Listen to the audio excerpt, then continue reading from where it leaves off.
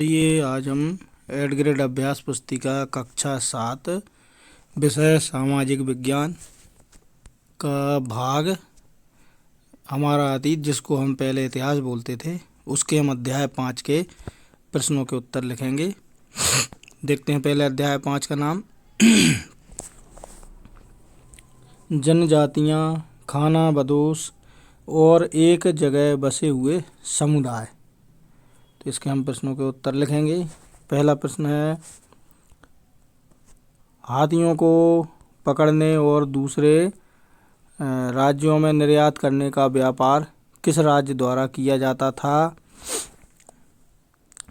विकल्प हैं ए गढ़कटंगा, बी गोरहा, सी चुटिया, डी मांडला। सही उत्तर है इसका ए गढ़कटंगा। ए वाले विकल्प पे सही का चिन्ह लगा लें। अगला प्रश्न है दूसरा, स्थानांतरीय कृषि की जाती है।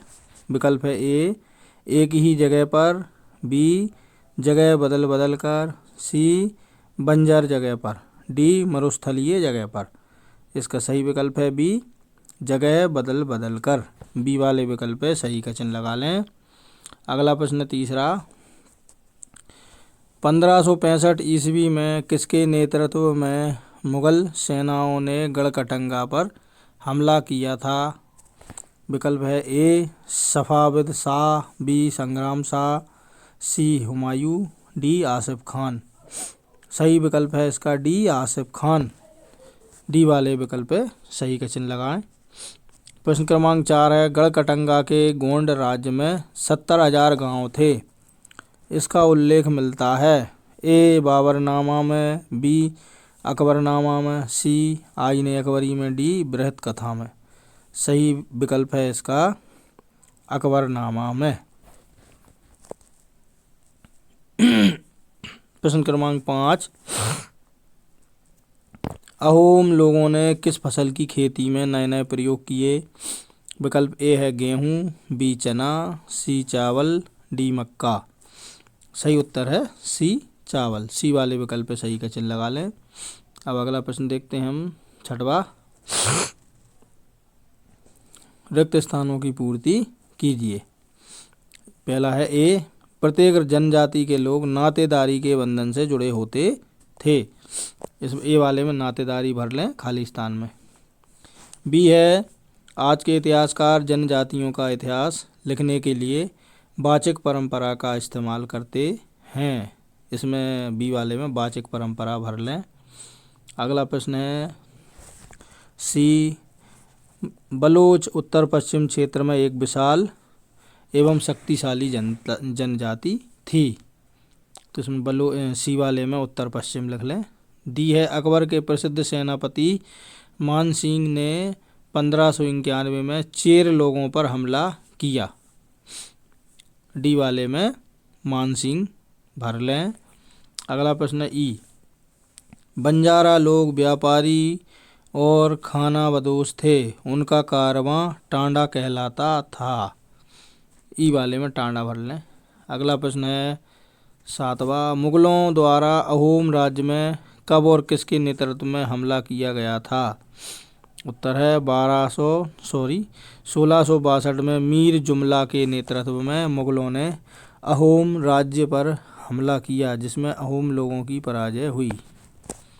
अगला प्रश्न है 8वां, जनजातियां अपना जीविकोपार्जन किस प्रकार करती थीं? उत्तर है जनजातियां खेती, शिकार, संग्रह, पशुपालन और खाना बदोश जीव शैली से जीविकोपार्जन करती थीं, जिससे वे अपने निवास स्थान के प्राकृतिक संसाधनों का उपयोग कर सकें। प्रश्न क्रमांक 9 है, अहोम राज्य में जिन लोगों से जबरन काम लिया जाता था वे क्या कहलाते थे? उत्तर, अहोम राज्य में जिन लोगों से जबरन काम लिया जाता था वे पायक कहलाते थे। प्रश्न क्रमांक खाना बदोश किसे कहा गया है? उत्तर, खाना बदोश वे लोग हैं जो स्थायी निवास न बनाकर निरंतर एक जगह से दूसरी जगह घूमते रहते हैं। प्रश्न क्रमांक 11, रानी दुर्गावती को गढ़कटंगा की बागडोर क्यों संभालनी पड़ी? उत्तर, दलपत की मृत्यु कम उम्र में हो जाने के कारण रानी दुर्गावती ने अपने पुत्र वीर नारायण के नाम पर शासन संभाला। अगला प्रश्न है 12वां। स्थानांतरीय कृषि किस प्रकार की जाती है? उत्तर है, स्थानांतरीय कृषि में पेड़ों और झाड़ियों को जलाकर जमीन साफ की जाती है और उसकी राख में फसल बोई जाती है। जब जमीन की उर्वरता खत्म हो जाती है तो दूसरी जमीन पर यही प्रक्रिया की जाती है। 13वां प्रश्न है, वर्णों के भीतर छोटी छोटी जातियां क्यों उभरने लगी थीं? उत्तर, अर्थव्यवस्था और समाज की बढ़ती ज़रूरतों के चलते नए हुनर वाले लोगों की आवश्यकता पड़ी, जिससे जातियों का विकास हुआ। वर्णों के भीतर नई जातियां उभरने लगीं और कई जनजातियों को जाति विभाजित समाज में शामिल कर लिया गया। प्रश्न क्रमांक 14वां। जहांगीर ने अपने संस्मरण में बंजारों के बारे में क्या लिखा है? उत्तर है, बादशाह जहांगीर ने अपने संस्मरणों में लिखा है कि बंजारे विभिन्न इलाकों से अपने बैलों पर अनाज ले जाकर शहरों में बेचते थे। सैन्य अभियानों के दौरान वे मुगल सेना के लिए खाद्यान्नों की ढुलाई का काम करते थे। अगला प्रश्न है 15वां। गढ़कटंगा एक समृद्धशाली राज्य क्यों था? समझाइए। उत्तर है, गढ़कटंगा समृद्ध था क्योंकि इसने हाथियों के व्यापार से काफ़ी धन कमाया। मुगलों ने गढ़कटंगा पर आक्रमण कर बेशकीमती सिक्के और हाथी लूटे और राज्य का एक हिस्सा कब्जा कर लिया। प्रश्न क्रमांक 16। गोंड और अहोम समुदाय की सामाजिक व्यवस्था की तुलना कीजिए। उत्तर है, गोंड लोग गोंडवाना नामक विशाल वन प्रदेश में रहते थे। वह स्थानांतरीय कृषि अर्थात जगह बदल बदल कर खेती करते थे। विशाल गोंड जनजाति कई छोटे छोटे कुलों में भी बटी हुई थी। प्रत्येक कुल का अपना राजा या राय होता था। अहोम के बारे में देखेंगे अब हम।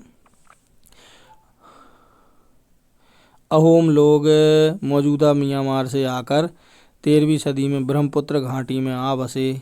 उन्होंने भूस्वामी लोगों की पुरानी राजनीतिक व्यवस्था का दमन करके नए राज्य की स्थापना की। 16वीं सदी के दौरान उन्होंने चुटियों और कोच हाजों के राज्यों को अपने राज्य में मिला लिया। प्रश्न क्रमांक 16 के बाद 17। प्रोजेक्ट कार्य करें, पता करें कि आजकल गांव से शहरों तक अनाज ले जाने का काम कैसे होता है। पुराने तौर तरीकों से यह किस प्रकार भिन्न या समान है? उत्तर है, आजकल अनाज को ट्रकों, ट्रैक्टरों और रेल द्वारा शहरों तक पहुंचाया जाता है, जबकि पुराने तरीकों में बैलगाड़ियों और पशुओं का उपयोग होता था। आधुनिक तरीके तेजी से और अधिक कुशलता से काम करते हैं, जबकि पुराने तरीके समय और श्रम साध्य होते थे। इसी के साथ हमारा अध्याय 5 यहाँ पर समाप्त होता है। यदि आपको हमारा ये वीडियो अच्छा लगा हो तो वीडियो को लाइक करें और हमारे चैनल को सब्सक्राइब ज़रूर करें। बेल आइकन को प्रेस करें, बेल आइकन को दबाएं ताकि आपको आगे आने वाले वीडियो के नोटिफिकेशन सही समय पर मिलते रहें। धन्यवाद।